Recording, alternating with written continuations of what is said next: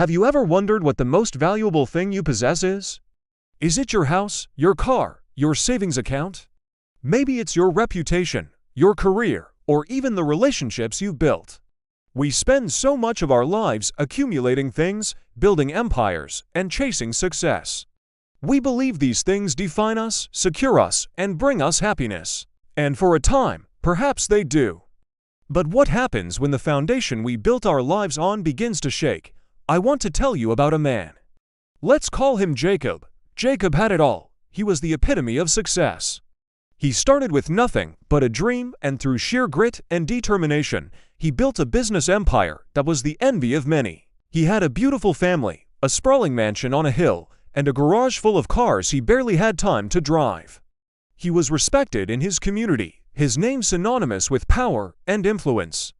Jacob believed he was the master of his own destiny, the architect of his own fortune. He felt invincible. Then, the storm came. It wasn't a literal storm of wind and rain, but a financial one that swept through the global markets without mercy. It started small, a tremor in a distant market, something Jacob dismissed as a minor hiccup. But the tremors grew into an earthquake. His investments plummeted. Clients pulled out. Contracts were canceled. The empire he had spent a lifetime building began to crumble, brick by brick, right before his eyes. He fought, he struggled, he worked day and night, calling in every favor, using every connection. But it was like trying to hold back the ocean with his bare hands. In a matter of months, it was all gone. The business was bankrupt, the mansion was foreclosed. The luxury cars were repossessed, the news spread like wildfire, and the friends who once clamored for his attention now crossed the street to avoid him. His name, once a symbol of success, was now whispered with pity and sometimes scorn. He found himself standing in the empty shell of his once great house, the echoes of laughter and life now replaced by a deafening silence. Everything he had identified himself with, everything he thought made him who he was, had vanished. He was left with nothing, or so he thought. One evening, sitting alone on a park bench as the city lights began to twinkle, a profound emptiness washed over him. It was a void deeper than his empty bank account. In that moment of complete and utter brokenness, he looked up at the vast, star-dusted sky. He had been so busy building his own kingdom on earth that he had completely forgotten about the kingdom of heaven.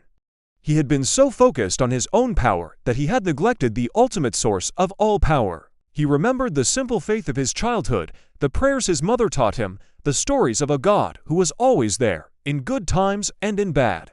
He had traded that simple, profound connection for the complex, fragile world of material wealth. And now, with all of that stripped away, he felt a longing for something real, something unshakable, something that a market crash couldn't touch. Tears streamed down his face, not tears of self-pity for what he had lost, but tears of realization for what he had almost forgotten. In the stillness of that night, with no one to impress and nothing left to prove, he closed his eyes and whispered a prayer from the deepest part of his soul. It wasn't a prayer for his fortune to be returned or for his reputation to be restored. It was a prayer of pure, desperate surrender. He said, "Lord, I've lost my company, I've lost my house. I've lost my friends, my status, my pride. Lord, if I lose everything, don't let me lose you." In that moment of total surrender, a peace he hadn't felt in decades settled over him. He had lost the world, but he was on the path to regaining his soul. My friends, our possessions, our achievements, they are temporary. They can be taken away in an instant. But our connection with God, that is the one thing that is eternal, the one anchor that holds firm in any storm.